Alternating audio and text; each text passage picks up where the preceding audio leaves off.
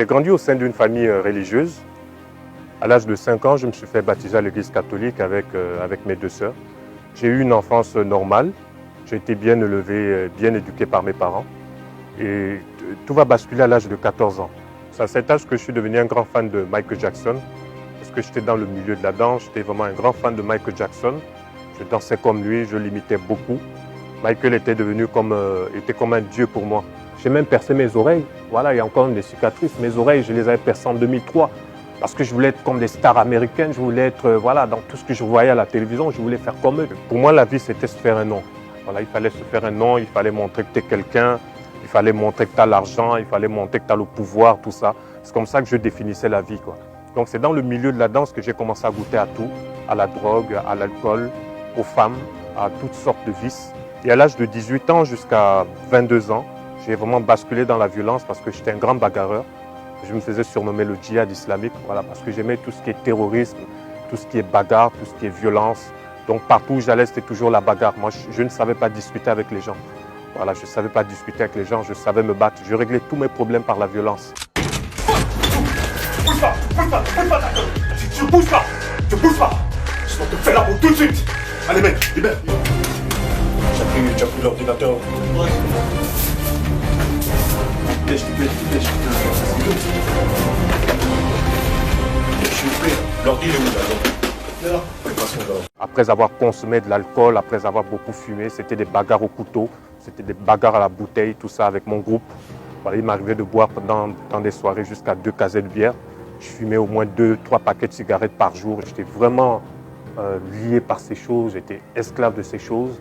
Je participais à des concours de plus grands consommateurs d'alcool. Lors des soirées, beaucoup de mes amis avaient peur de boire avec moi. Et en 2005, je vais être hospitalisé. J'avais un excès de tabac dans le sang, un excès d'alcool. Mes parents m'emmenaient même dans leur église, à l'église protestante. J'ai même pris ma confirmation là-bas devant le pasteur. J'étais à genoux, tout en blanc. En fait, j'étais ivre. Voilà, j'étais dans un lieu de culte, s'il faut dire, mais j'étais ivre, j'avais beaucoup consommé, mais j'étais habillé comme un religieux. Durant toute cette vie, je n'avais pas la paix. Voilà, je pouvais avoir tout ce que je voulais, mais je n'avais pas la paix. Je ne me sentais pas heureux. À chaque fois, je me retrouvais dans ma chambre, j'étais toujours en train de pleurer, j'étais toujours en train de me poser des questions. J'ai commencé à me poser des questions sur la vie, sur le sens de la vie.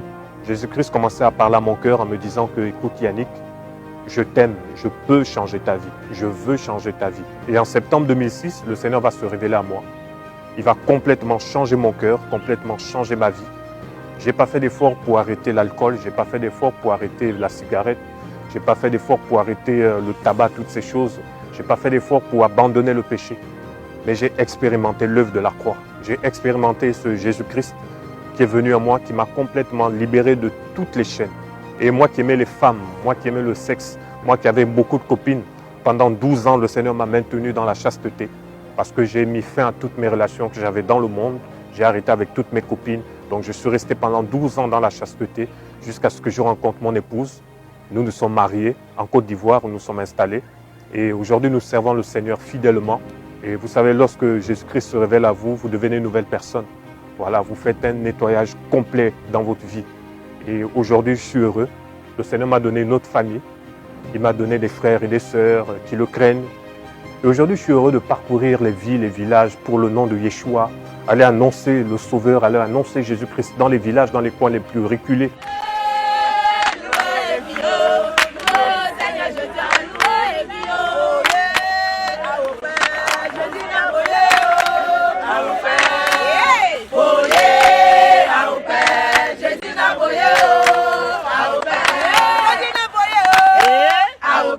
Jésus n'est pas venu dans ce monde pour condamner, pour juger les hommes, pour les frapper. Non, il a dit qu'il est venu pour sauver. Et on ne peut que sauver quelqu'un qui est sur le chemin de la perdition. Si Jésus est venu sur la terre pour sauver les hommes, ça veut dire que sans lui, les hommes sont perdus. Il est venu dire aux hommes, je suis le chemin, je suis la vérité, je suis la vie, je suis la porte. Pour aller au ciel, il faut passer par moi. Pour avoir la vie éternelle, il faut passer par moi. Ce jour où ta parole de vie s'est mise à allumer mon cœur et m'a donné le vrai bonheur, une espérance en toi mon sauveur. Et quand je t'ai reçu, la vie en Christ n'est pas rose, c'est vrai. Il y a beaucoup de combats, il y a beaucoup de difficultés, il y a beaucoup de persécutions, beaucoup d'opposition, c'est vrai. Mais le Seigneur a dit, je suis avec vous chaque jour jusqu'à la fin du monde. Et c'est ça notre joie aujourd'hui, d'être avec Jésus-Christ chaque jour. Il a dit, je ne vous abandonnerai pas. Il dit, invoque-moi, je te répondrai. Nous n'avons plus besoin d'un jour particulier pour l'adorer, pour chanter, pour prier. Nous l'adorons chaque jour, partout où nous trouvons, en plein air, dans la rue, en marchant, au bureau, au travail, partout où nous pouvons nous trouver. Vous savez, le plus beau cadeau que le Créateur donne à l'homme, la plus grande des bénédictions, c'est la vie éternelle en Yeshua, Mashiach. Ma vie était pitoyable. Les énormités de mon secret abominable.